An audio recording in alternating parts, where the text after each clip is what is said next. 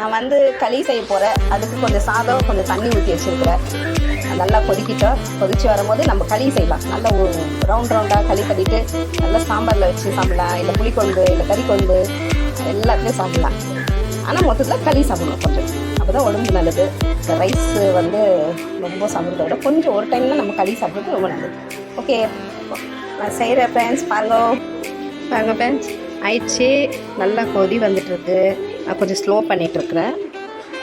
நம்ம வந்து அது பழகணுன்னா கொஞ்சம் லைட்டாக மாவு தூவிடணும்.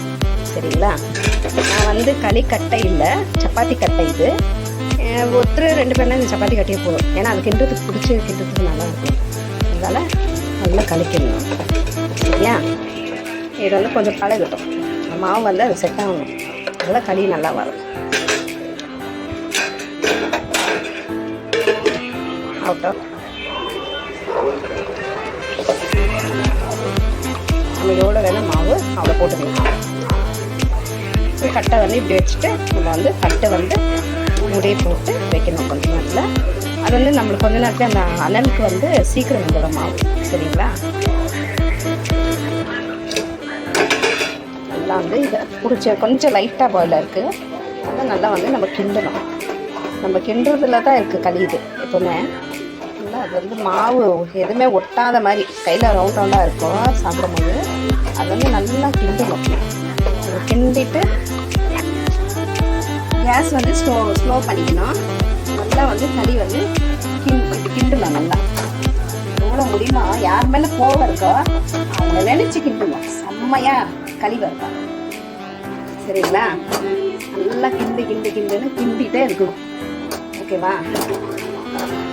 அந்த கோவத்துலேயே களி வந்து நம்மளுக்கு கரெக்டாக வந்துடும். ஒரு மாவு கூட உருண்டை இல்லை. நல்லா இருக்கு.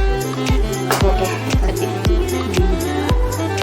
பாவம் இந்த நிறைய பேருக்கு சமைக்கிறவங்க பாவம் எவ்வளோ கஷ்டப்படுறாங்க. களி நிறைய பேருக்கு சமைக்கிறவங்க பாவம் எவ்வளோ பண்ணுவாங்க. நாங்கள் 2 பேருக்கு தான் அன்றைக்கி. இதுக்கே ரொம்ப ஸ்ட்ரென்த்து வேணுமாங்க களிக்கின்ற.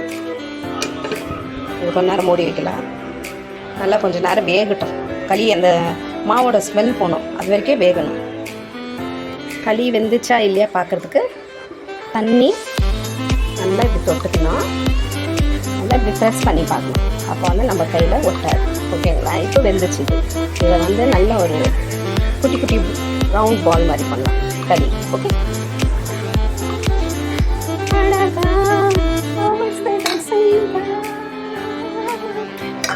நல்லா சூடாக இருக்கும்.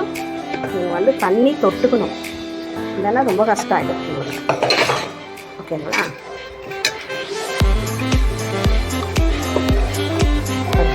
எவ்வளோ ரெட் ஆகிடுச்சு. இவ்வளோ கொதிக்கும். ரொம்ப உஷாராக தண்ணி தொட்டு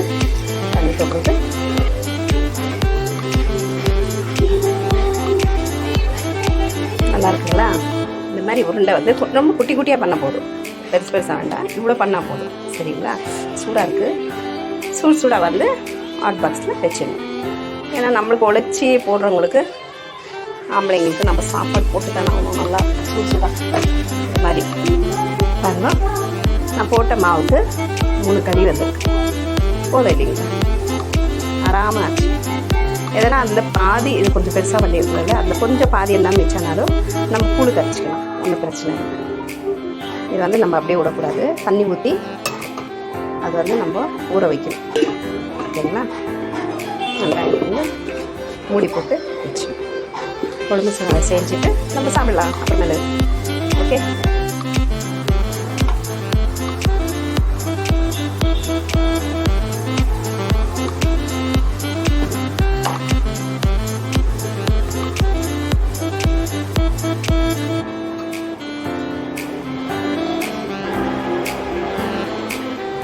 நல்லா கெட்டியாக இருக்கணும் குழம்பு. கொஞ்சம் தண்ணியாக சாப்பிட்றாங்க. நாங்கள் கொஞ்சம் கெட்டியாக சாம்பார் பண்ணியிருக்கிறேன். குழம்பு நிறைய போட்டு சாப்பிடுவோம்.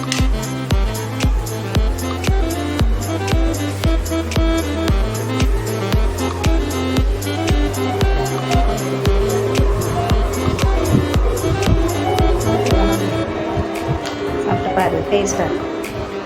களி சாப்பிடணும். எப்போனா ஒரு வாட்டினா சாப்பிட்டு தான் ஆகணும்.